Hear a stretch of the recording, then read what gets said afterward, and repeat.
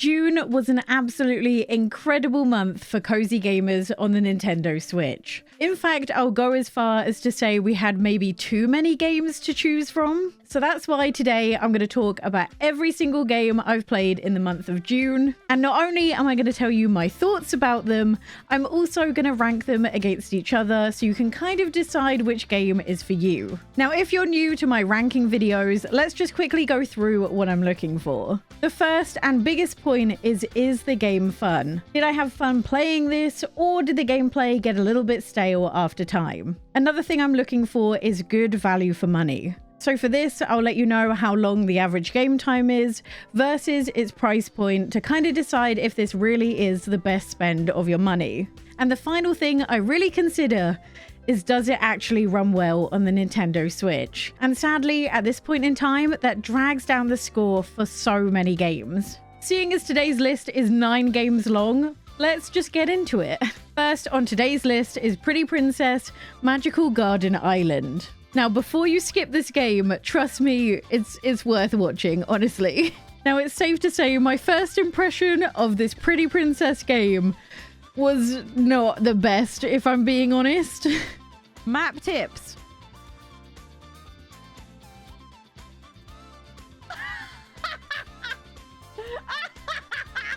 And if you can't tell already, this clearly draws quite a bit of inspiration from Animal Crossing.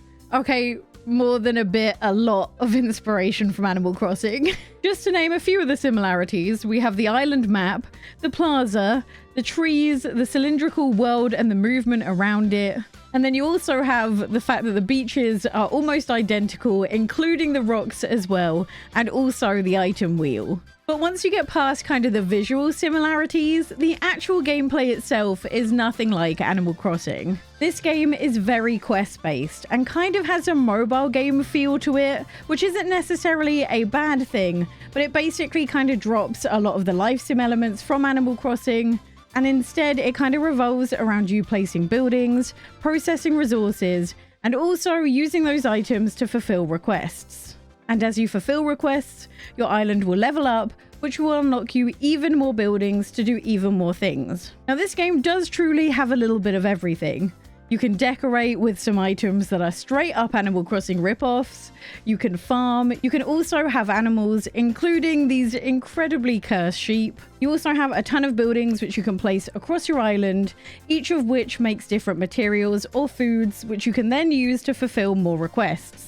It's really when you start processing materials that you start to see the more mobile game-like mechanics, but without the microtransactions. So basically everything you do takes time, but that time doesn't exponentially increase the further you get through the game. So basically it's like the fun beginning part of mobile games and not the really grindy, you need to pay money to actually progress part of the end of mobile games. And for the most part, it seemed that items only took around 10 or so minutes to process, so it really wasn't that much time. Now, as much as I really thought I hated the game, I couldn't stop playing it. Every single time I would go to put it down, I'd be like, oh, I can just wait for this one more item and then I can fulfill another request and then I'll be done. And next thing I know, I've leveled up, I can place a ton more buildings, and the cycle just continued, which low-key made me hate it more because I was enjoying myself. To take things a bit more seriously, this is a very clunky game. The English translation for the text can be very awkward at times, and you also have no ability to play as anything other than a ball gown wearing princess. There isn't even the option to be a prince in this game, which I know it's in the title, but still in 2023, you would have thought there'd be more options than just a princess, or at least trousers. But the main reason I am putting it in D tier is not really the clunkiness or the performance or even the gameplay, it's the price. This game cost me £30, and that seems really, really steep for what you're seeing now. Don't get me wrong, if this appeals for you, 100% buy it. Just wait until it's on sale for a bit of a better price. Because even though I'm not entirely sure how long the game lasts, I've been playing it a while and it doesn't seem to have maxed out my level yet, £30 is pretty steep. Then we have Little Friends Puppy Island. If you're someone like me who desperately misses the old ages of playing Nintendogs, this might be the perfect game for you. And whilst it isn't a direct replica, it does bring its own stuff to the table.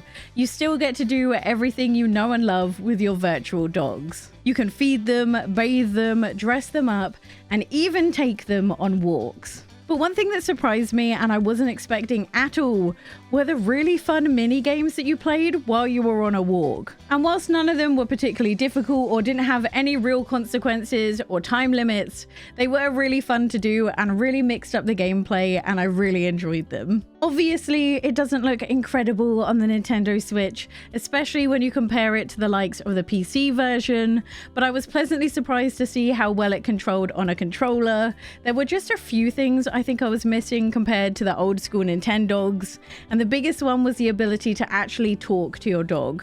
I feel like Nintendogs was so ahead of its time with its mic usage, and I was kind of sad to see there was no microphone input settings whatsoever in this, so the only way you could really interact with your dogs was literally through the controller. Overall, it's just a really cute game. It will make you feel good, it will make you feel happy. It's a great game to de-stress with at the end of a really hard day. And the fact that it doesn't really run off of in real life time means you're never going to have your dogs run away or complain that they weren't being fed, because honestly, that was such a brutal feature of Nintendogs. The only thing making me put it in B tier instead of being higher, £30 is quite expensive, especially considering how it looks on the Switch.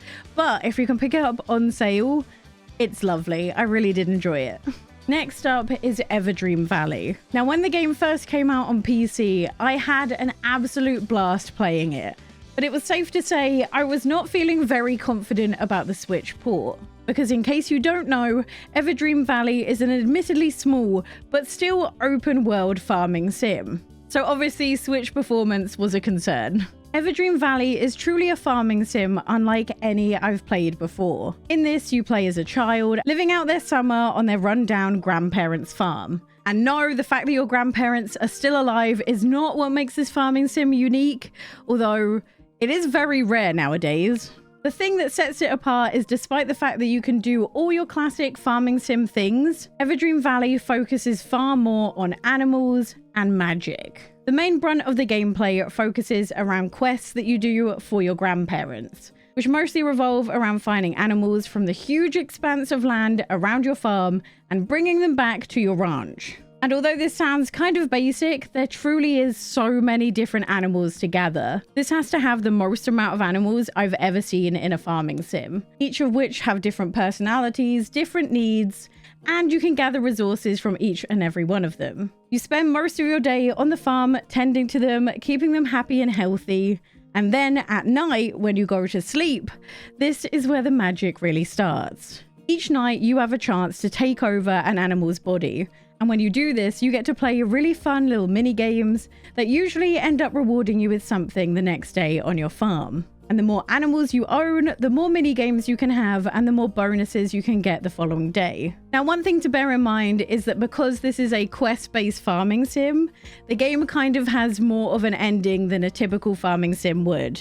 As honestly, there's not much to do once the quests have all finished. And I think it takes around the 30-hour mark to do each and every one of the quests, but that is basically only doing quests and not at all getting sidetracked, which I most definitely have often. Now, currently the game is about 20% off, so you can pick it up for around £18, and I don't think 30 hours of gameplay is terrible for this price. However, this is probably going to go in the C tier for now, and that's mainly because it really doesn't run great on the Switch. Now, admittedly, it also has a fair amount of bugs on the PC as well, so not all of this is Switch-based. But not only does the game not look great, although admittedly, it looks way better when it's in handheld mode when the screen is much smaller. But apparently on the Nintendo Switch, the biggest issue is the game just straight up crashes. Now, there is an autosave feature, but it doesn't really save that often, meaning that people have found themselves losing huge amounts of progress, which is never something you really want to see. Now, although I do feel really confident that the devs are going to address all these crashes, they have been really active in the Discord, figuring out what's going wrong on the Switch, and hopefully, therefore, they're going to fix it soon. However, if the past is anything to go by with indie games, the Nintendo Switch is likely to be the very last place that gets all these bug patches. So whilst I absolutely adore the game and it's one of the farming sims I've been having the best time with, just take into account that it's not the smoothest playthrough, at least not now, although I will most definitely keep you guys updated as to when they fix this. Next up is Smushi Come Home. This is honestly just a wholesome journey of a mushroom finding their way home in the big old world. One of the things I absolutely adored in the settings menu was you could fine-tune how pixelated the game is, to the point where you could literally completely get rid of the pixelation if you really want to. Now, obviously, this isn't how the game is intended to be played, but if you're someone who often gets headaches from how pixelated the games are, this is such an incredible feature to have. Not only is the art style incredible, the writing itself packs so much character into the game, and this makes the mindless exploration even better. Now, there is no mini-map in this whatsoever, but there are plenty of fellow forest dwellers to point you on your way and in the right direction. And I feel like the price point is more or less spot on, but if you can get it on offer, then that's going to make it even better. I honestly think this is an incredibly underrated game and one in which I had a great time playing. So I'm actually going to put it in the A tier. Then we have Casette Beasts. If you were to ask me 2 weeks ago which tier I would have put this game in, I would have point blank told you D tier. Even though I feel like it's an absolutely incredible game, 2 weeks ago, it was literally dropping frames constantly to the point where I really felt it was unplayable. However, in the last week or so, we got a massive patch to the Nintendo Switch version of the game, and it now runs so much better. So finally, I can tell you why this really is such a superb monster hunting game that definitely stands firmly apart from the likes of Pokemon. You start the game kind of washed up on a beach, and it's not long before you kind of piece together that you don't really know where you are, but you're pretty certain you're no longer on Earth. For this world is actually filled with monsters, and when you start talking to the townspeople, you find out that everyone here was in fact once from Earth. And everyone, just like you, has no idea how they got here, where they are, or even if it's possible to get back home. So of course, you decide to investigate and figure out if there is a way for you to make it back to Earth. And it's a gripping story filled with intrigue and a lot of personality. But the story isn't the only thing that sets it apart from the likes of Pokemon. Instead of just throwing the monsters out in battle, you actually kind of transform into them and then fight in a more typical turn-based battle. But the cool thing is, you never battle alone. As you go, you'll make friends with other people, bringing them along on your journey and battle alongside of them. And the cool thing is, you can have multiple companions, but the more you battle alongside of them, the more you get to know them, and the higher your friendship is with them. And this friendship actually really matters, because there's actually a meter that you can fill when you battle that allows you and your companion in monster form to actually combine to form a new, more powerful monster. Now, although the game only has 120 or so monsters, every single combination of these monsters has a unique appearance. So that's over 14,000 different combinations that you can do, each of which looking slightly different. Now, one thing to bear in mind is that Casette Beasts really leans into the old school Pokemon side of things, so you will find the game maybe a little bit more grindy than modern Pokemon, but considering the game is chock full of different side quests that you can do, you never really feel like you're mindlessly battling, and you always feel like you're working towards something. I honestly adore that Casette Beasts is practically open world. You can go wherever you want to, whenever you want to, and follow whichever side quests or main quests you feel like doing. The game's length is around the 18-hour mark, and the game costs approximately £18, but I think that's mainly if you're following the main story quests and you don't really get sidetracked or even try and catch them all. So honestly, I think it's pretty decent value for money, and that's why it's going in the A tier. Next, we have Fall of Porcupine. I absolutely love story adventure games before I go to bed. They're one of my absolute favorites, and I was so excited to play Fall of Porcupine and have been looking forward to this ever since I played the demo. This is a story about a young doctor named Finley, who has just started his new job at the hospital in the town of Porcupine. And this tells a bittersweet tale of him doing his absolute best in ultimately a hospital that's barely functioning. You follow his day-to-day life, from working at the hospital to exploring the new town and making new friends. Not only do you get to learn about the characters as you go, but also about the strange goings-on of the town itself. Throughout the game, you get to see the highs and lows of being a doctor. The highs of curing people and sending them home, to the lows of doing your absolute best, but ultimately not being able to save everyone. The way the game's written kind of reminds me of the TV show Scrubs.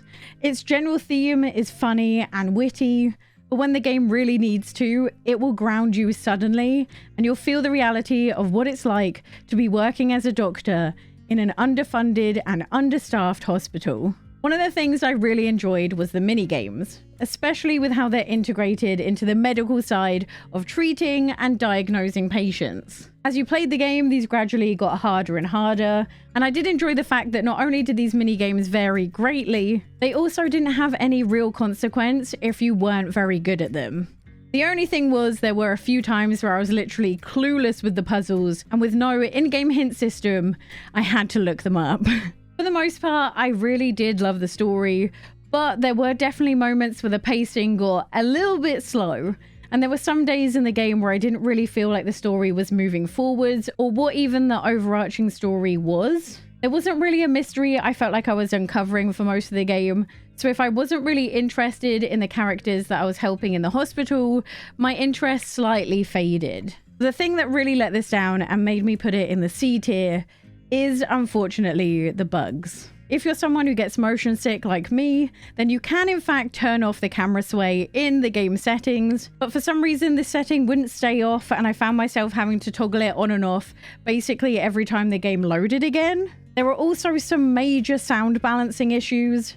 Even with the volume on the Nintendo Switch at its max, I found the music incredibly difficult to hear, but even when I turned the sound effects down to about 10%, they were still deafening. So I really do feel like there's something wrong with the sound settings on the Switch. There was also a random cursor on the screen sometimes whenever you went into the menus for absolutely no reason. You couldn't move it or do anything with it.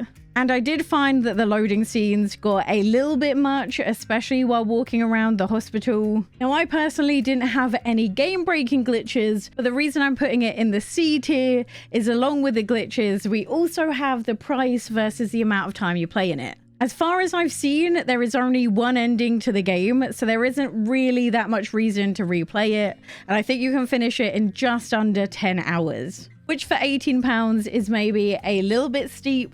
I did genuinely really enjoy it. It was such a fun game and a fun experience, but the caliber of these Switch games right now in this month is pretty high, so it's just something to bear in mind. Next up, we have Crime O'Clock.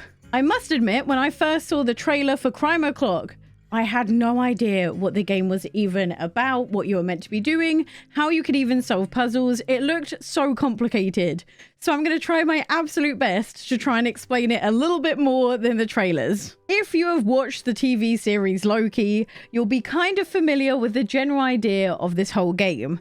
Essentially, there is a one true timeline, and if the universe deviates at all from this, then it's in trouble, like catastrophic trouble. So it's basically your job to prevent and stop deviations from the timeline when you can. Basically, each level starts with an alert that there's been a deviation from the timeline, and you then get taken to this absolutely huge picture scene where the AI will then pinpoint you to the location at which the deviation has happened. So for example, the AI might inform you that there's been a murder that should never have happened. It's then up to you to figure out what went wrong, moving time backwards and forwards to not only figure out what happened, like for example, what the murder weapon was, but also to go back in time to figure out the moment that caused it and try to prevent it. Now, obviously, this whole concept sounds really daunting at first, but the game does walk you through it bit by bit, and each level you play gets less and less hand-holdy. Now, if I'm being honest, I think this is an absolutely fantastic puzzle game.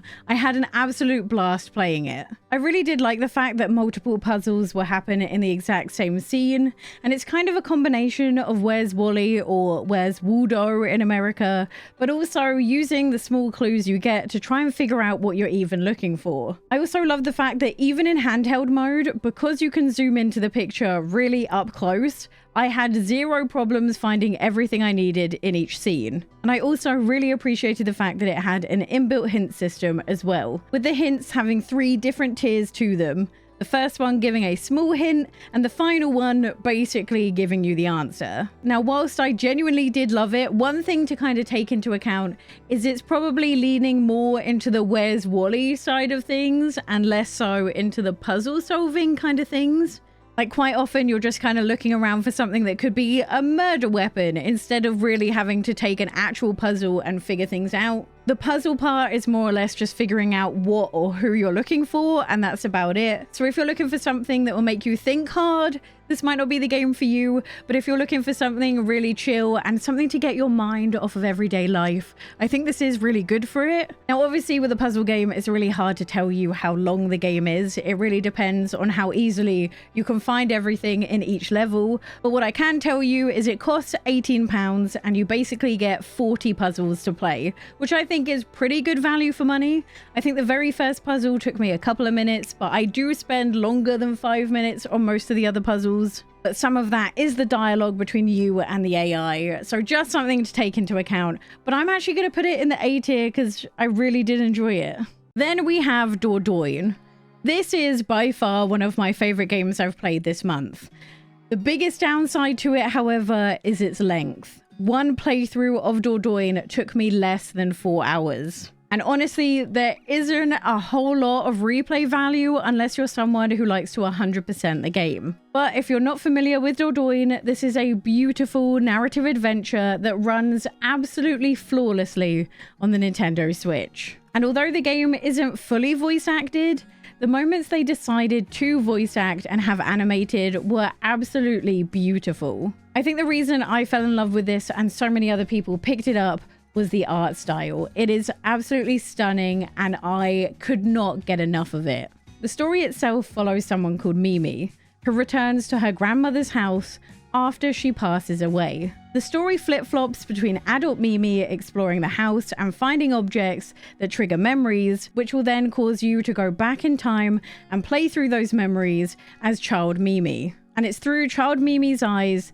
that you get to experience the summer in Dordogne. But you aren't just reminiscing in these memories for fun, you're also trying to figure out and piece together what exactly happened between Mimi's dad and her grandmother that ultimately meant that they no longer spoke to each other. One of my favorite aspects of Dordogne is the ability to journal as you go. At some points throughout the story, you can take pictures, find hidden stickers from exploring, and even record sounds, each of which you can then place however you want in the book and make kind of a memory of your time playing the game. Now, although I did manage to figure out the general gist of the story, it's definitely not a story that is fully handed to you in the form of cutscenes. You will need to piece together some of the aspects by finding things like letters and cassette tapes being left around, each of which giving you a slightly deeper glimpse into what's happening behind the scenes. Now, I do think I missed a ton of extra information in the game when I was playing it.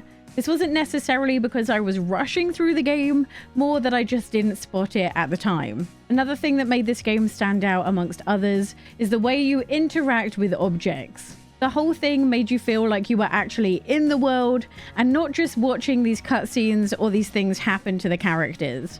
So it really involved you in every aspect of the game. Like, for example, if you needed to get an object out of a jar, you would control the hands of the character, taking each item out one by one until you got the item you were after. And honestly, for such a short game, in those 3 hours, I felt so much. I cried multiple times, I laughed, I felt empathy. It really was such a beautifully done story. As I said though, the big thing letting it down is its length. Not only is the game only 4 hours, but there isn't really an easy way to replay the areas where you might have missed stuff, meaning that you had to replay the entire story if you want to find some of the hidden items or things you missed. So for £16, 4 hours is pretty steep, which is why I'm going to put it in the A tier, because I love it, but can't fully justify that price. And the final game we're going to be covering today is Story of Seasons. Let's start off with the fact that I really do enjoy this game. The only thing I personally feel is that they try to keep so true to the original, that they lost some of the potential that modernizing this particular game could have had. Now, one thing to bear in mind is I haven't played Harvest Moon, so this review is coming from someone who is completely free of nostalgia. Story of Seasons: A Wonderful Life kind of cures the monotony of farming sims by introducing the passage of time. Both you and every character you interact with will age, with the game spanning an entire adult lifetime. And this kind of shifts the focus of the game slightly away from farming, especially in your first year, to kind of living a real life. Now, one thing to bear in mind is the game will force you to not only get married, but to also have a child. And I fully understand how uncomfortable this might make some people feel. For example, I typically don't get married or even care about friendships in farming sims, so this was a very different playstyle to what I was used to. But the reason A Wonderful Life does this is without this aspect of the game, it would be incredibly empty, so it is very much needed. One thing I wasn't expecting when I first picked this up was some new and different mechanics when it comes to the farming sim side of things. Like, for example, soil fertility is a thing you have to deal with, so the crops you buy can't all be placed in the same place. And you also have to tend to your plants multiple times a day, not just once in the morning. And it really doesn't take much for your plants to start withering away. You also have animals to tend to, which are generally a lot more needy than other farming sims I've played.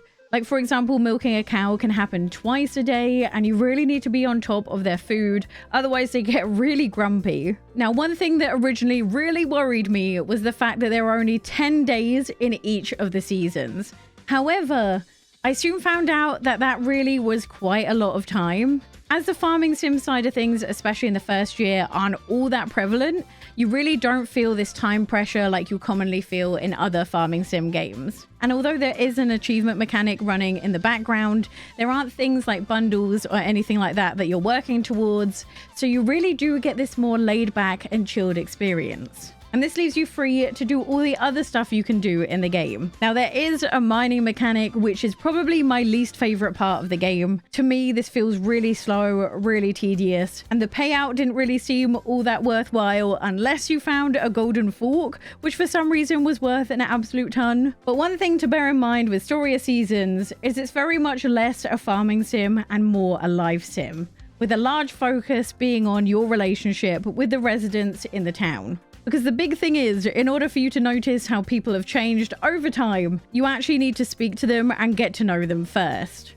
So most of my first year was me romancing literally every woman in the game to try and figure out who I wanted to date. And one thing I didn't expect was that this turned into some really awkward cutscenes between the people I was trying to romance and the person I decided to marry. But I was honestly living for the drama every single time this happened. And compared to other Story of Seasons games, I felt like there was a lot more to each of the characters. They had so much more personality. That being said, there were a lot of repeated conversations and repeated lines, which wasn't the best thing to see in a game that focuses so much with interactions with the villagers. Now, I'm actually so glad I never did a first impressions for this game, because I found the first year a little bit tedious. But once you finish that first year, you get to experience what makes this game really special. And that's the cutscenes and the wild events that happen during the time jumps. So for example, once you finish the first in-game year, you then jump to about 3 years into the future. But in doing so, you get served a good amount of cutscenes to kind of fill you in on everything that's been happening in your life so far. And the cool part about the time jumps is not only has your life changed massively, but so has everyone else's in the village as well. And that to me is the true magic of Story of Seasons: A Wonderful Life. It gave me a reason to be excited about going to the different events each year and seeing all these characters every time after a time jump. I just kind of found like each year was just a little bit too long, so I almost was rushing to get to that point so I could jump forwards in time and find out all this new and exciting information. To put it into perspective, it took me just under 15 hours to complete year 1 of Story Seasons. So I think you're easily looking at a 30+ hour game for your money. There is a bit of replay value though. For example, if you marry someone different, you're going to have different cutscenes and interactions, but it's definitely not crazy value for money, seeing as the game cost me £35. Now, in terms of how this game actually runs on the Nintendo Switch, it runs so well. There's literally no loading scenes whatsoever other than when you walk into and out of a house. And even then, the loading scenes are actually really fast. I really don't feel like playing the game on the Nintendo Switch limits you in any capacity. I've even seen people play it on PC and actually think the Switch version looks better. I'm gonna put it in A tier though, because I think for me, it's just missing that wow factor. I think if they had spent a little bit more time kind of writing out a bit more personality in the characters, giving them more dialogue, giving them more cutscenes with more meaning, that overall I'd feel like it's an S tier worthy game. But it truly is a really solid Story of Seasons game as long as you know what you're getting into. That's it for my ranking of all the games that I played in June. I don't do these every month, just the months that are especially heavy. But if you want to see games you definitely don't want to miss over the summer, then click this video here.